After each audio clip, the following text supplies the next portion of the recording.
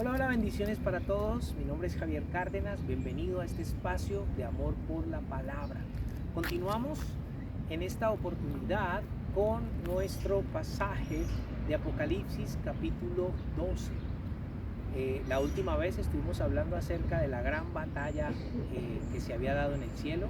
Miguel y sus ángeles luchaban contra el dragón y sus ángeles, y vemos pues que no se halló lugar más para ellos en el cielo, entonces fueron arrojados a la tierra. Todo eso lo vimos en nuestro estudio pasado, y hoy vamos a continuar con este pasaje. Vamos a continuar con el capítulo 10 sin olvidar una cosa, y es que a Juan se le ha dicho, el Señor Jesucristo le había dicho en el capítulo 1 versículo 11, que escribiera todas las cosas que veía y las enviara a las 7 iglesias que están en Asia. Algo que no podemos perder de vista es que Juan es un espectador presencial de todos estos eventos futuros que le están siendo mostrados en esta visión. Si comenzamos entonces en el versículo 10, donde quedamos la última vez, dice: entonces oí una gran voz en el cielo que decía: ahora ha venido la salvación, el poder y el reino de nuestro Dios y la autoridad de su Cristo, porque ha sido lanzado fuera el acusador de nuestros hermanos, el que los acusaba delante de nuestro Dios día y noche. En esta ocasión, Juan escucha una voz en el cielo, pero no se nos dice de quién era la voz. En capítulos anteriores vemos que hay ángeles que hablan con una gran voz, vemos los seres vivientes también hablando, incluso la voz de Dios como de trompeta, pero aquí no se nos dice de quién es esta voz. Sin embargo, sí se nos dice qué era lo que decía. Que decía: ahora ha venido la salvación. Aquí encontramos 4 libertades bíblicas muy importantes que necesitamos tener en cuenta, y la primera de ellas es la salvación. Recordemos que Efesios 2:8 nos dice que somos salvos por gracia, por medio de la fe, y esto no de nosotros, pues es don de Dios, no por obras, para que nadie se gloríe. Nuestra salvación ha sido comprada a través del sacrificio de nuestro Señor Jesucristo. Somos salvos por eso, por lo que el Señor hizo en la cruz del Calvario. Es muy importante tener en cuenta eso. Ahora, esta salvación tendrá su total consumación en la segunda venida de nuestro Señor Jesucristo, cuando nosotros seamos redimidos de este cuerpo mortal que está lleno de pecado. Cuando eso ocurra y seamos revestidos de la nueva naturaleza, entonces estaremos gozando totalmente de la salvación que el Señor Jesucristo ganó para nosotros en la cruz. La segunda libertad que encontramos aquí es el poder, dice Juan, el poder. Si hay algo que es difícil de controlar para los seres humanos, es el poder.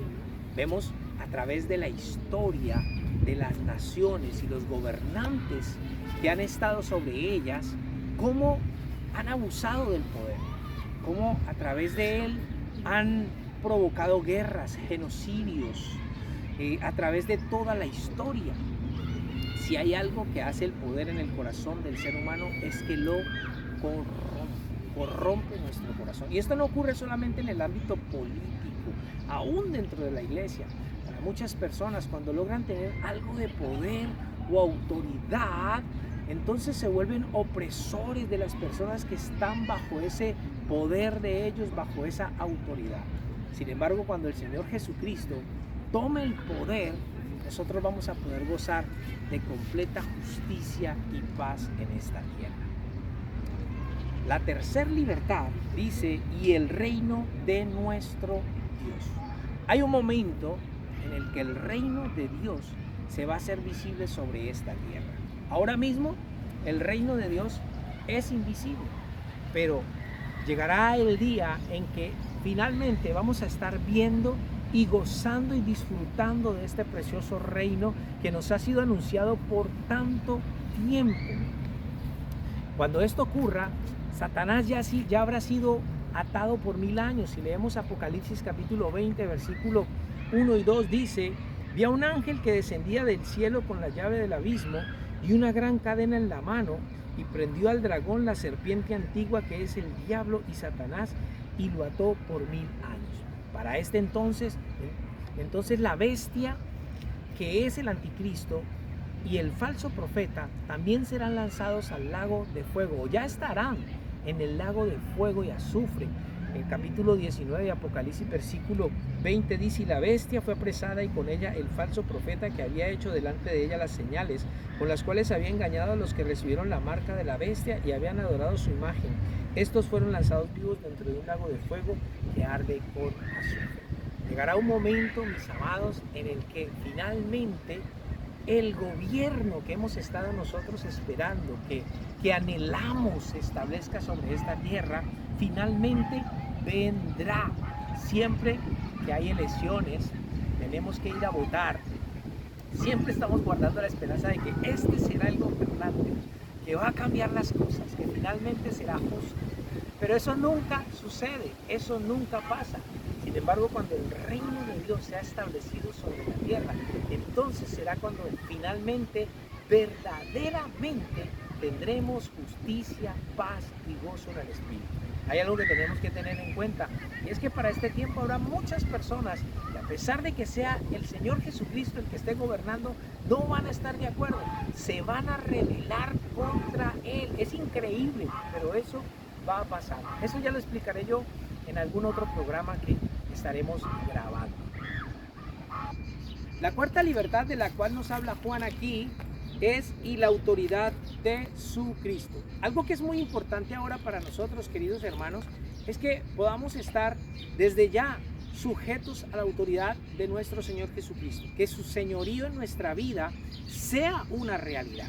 Creo que esto es como un entrenamiento para nosotros, para que cuando ya el reino se haga visible y finalmente el Señor Jesucristo haya tomado la autoridad y esté reinando sobre esta tierra, para nosotros va a ser muy sencillo sujetarnos a Él, obedecerle a Él, ¿sí? Estar sometidos a su autoridad. Es importante tener en cuenta esto. Y Juan finaliza este versículo 10 de Apocalipsis diciendo: porque ha sido lanzado fuera el acusador de nuestros hermanos, el que los acusaba delante de nuestro Dios día y noche. Recordemos que había dicho que Satanás tenía cierto derecho a presentarse delante de Dios y acusar a los creyentes. ¿Qué era lo que él usaba? ¿Cuál era su munición? ¿Cuáles eran las balas que usaba contra los creyentes? Sus propios errores, sus propias faltas, sus propios pecados usaba el enemigo. También habíamos dicho que era la razón por la cual necesitábamos un abogado, y primera de Juan 2:1, Juan escribió: hijitos, estas cosas os escribo para que no pequéis, pero si alguno hubiere pecado, abogado tenemos para con el Padre, a Jesucristo. Sin embargo, vemos que estos creyentes o mártires que eran acusados delante de Dios vencieron a través de 3 medios. Versículo 11: y ellos le han vencido por medio de la sangre del Cordero y de la palabra del testimonio de ellos, y menospreciaron sus vidas hasta la muerte. El primer medio que usaron para vencer fue la sangre de nuestro Señor Jesucristo. Y es que no hay nada sobre esta tierra que pueda presentarnos delante de Dios como justos, como santos, si no es la sangre de nuestro Señor Jesucristo. Recordemos que por ella somos nosotros limpiados de todos nuestros pecados. Lo que Juan está diciendo aquí es que ellos le han vencido por medio de esto, de la sangre de Cristo. ¿Qué significa? Significa que ellos han confiado plenamente en el sacrificio de nuestro Señor Jesús en la cruz y en su sangre derramada. Es la única manera de que nosotros hoy, incluso ahora mismo, podamos vencer las acusaciones del diablo contra nosotros delante de nuestro Padre Celestial. El segundo medio que usaron, y de la palabra del testimonio de ellos. ¿Qué significa esto? Que estos fueron creyentes que tuvieron una fe genuina, verdaderos mártires, que no solamente eran creyentes de palabras, sino que su vida, su conducta demostraba lo genuino de su fe. Recordemos que el Señor Jesús dijo también algo en Mateo capítulo capítulo 10, verso 33, y a cualquiera que me niegue delante de los hombres, yo también le negaré delante de mi Padre que está en los cielos. ¿Ellos qué hicieron? Ellos retuvieron su fe y el testimonio de nuestro Señor Jesucristo. Nosotros tenemos que hacer lo mismo hoy. Pero también Colosenses capítulo 2, versículo 14 y 15 dice: anulando el acta de los decretos que había contra nosotros, que nos era contraria, y quitándola de en medio y clavándola en la cruz, y despojando a los principados y las potestades, los exhibió públicamente, triunfando sobre ellos en la cruz del Calvario. Estos entonces vencieron al enemigo, vencieron a Satanás a través de la sangre del Cordero y de la palabra del testimonio de ellos. Y por último, dice Juan, y menospreciaron sus vidas hasta la muerte. Lo que significa esto es que ellos tuvieron en poco su propia vida, pusieron por encima de ellos a Dios siempre, en todo momento, que amaron a Dios de verdad sobre todas las cosas y que no tuvieron miedo de entregar sus vidas a muerte a causa del testimonio y de la fe que ellos tenían en nuestro Señor Jesucristo. Versículo 12 dice: por lo cual alegraos cielos y los que moráis en ellos, ay de los moradores de la tierra y el mar, porque el diablo ha descendido a vosotros con gran ira, sabiendo que tiene poco tiempo. Aquí encontramos dos reacciones. Una es la del cielo y la otra será la de la tierra. Al cielo dice Juan aquí: por lo cual alegraos cielos y los que moráis en ellos. ¿Cuál es la razón de esta alegría en el cielo? Pues que el acusador finalmente ha sido expulsado. Ya no va a tener derecho a estar más delante de Dios acusando a los creyentes. Ese es el gran gozo y alegría del cielo. Sin embargo, encontramos que en la tierra habrá una reacción muy diferente a esta. Dice: ay de los moradores de la tierra y del mar. Este ay significa el sufrimiento, anuncia el dolor, la persecución que se desatará justo en este momento. ¿Por qué? Dice: porque el diablo ha descendido a vosotros con gran ira. Esta palabra gran ira significa hirviendo de ira, y da la imagen o la idea de una olla hirviendo. Así descenderá Satanás con todo su enojo, con toda su rabia y su indignación, a derramar su ira sobre la tierra. ¿Y por qué va a hacer esto? Porque él sabe que tiene poco tiempo. Entonces, ¿qué es lo primero que va a hacer? Versículo 13: y cuando vio el dragón que había sido arrojado a la tierra, persiguió a la mujer que había dado a luz al hijo varón. Inmediatamente lo que va a hacer el enemigo es perseguir al pueblo de Israel, a quererlo destruir.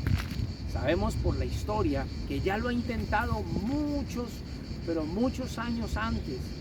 Vemos a través de la historia que el pueblo de Israel ha sido perseguido y ha querido ser destruido de muchas maneras. Lo vemos en el holocausto nazi, Hitler, cómo quiso destruir a todos los judíos, borrarlos de la tierra. Y en muchas ocasiones hemos encontrado este mismo tipo de persecución. Eso va a ser Satanás en este momento.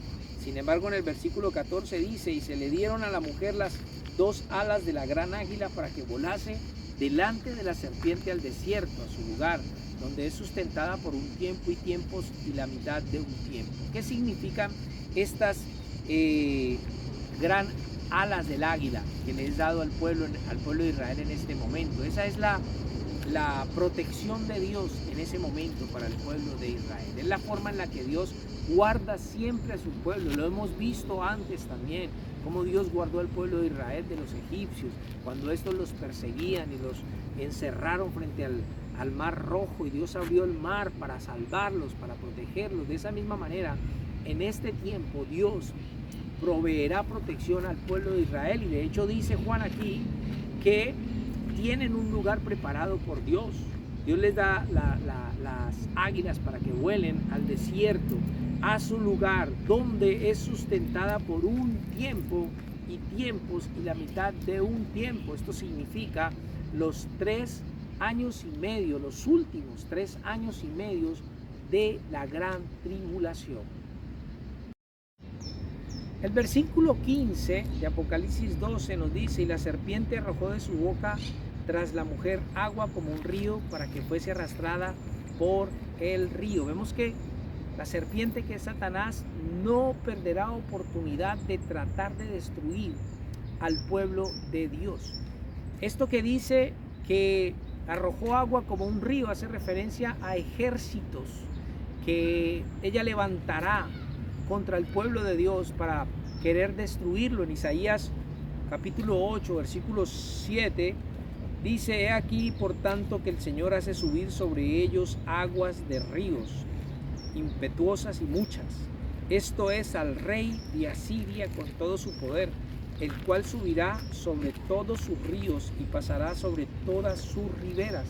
Cuando habla acerca de ríos, entonces se está refiriendo acerca de ejércitos que se unirán para destruir al pueblo de Dios. Sin embargo, no van a poder conseguirlo porque el pueblo de Israel tiene la protección de Dios. El versículo 16 dice: pero la tierra ayudó a la mujer, pues la tierra abrió su boca y tragó el río que el dragón había echado de su boca.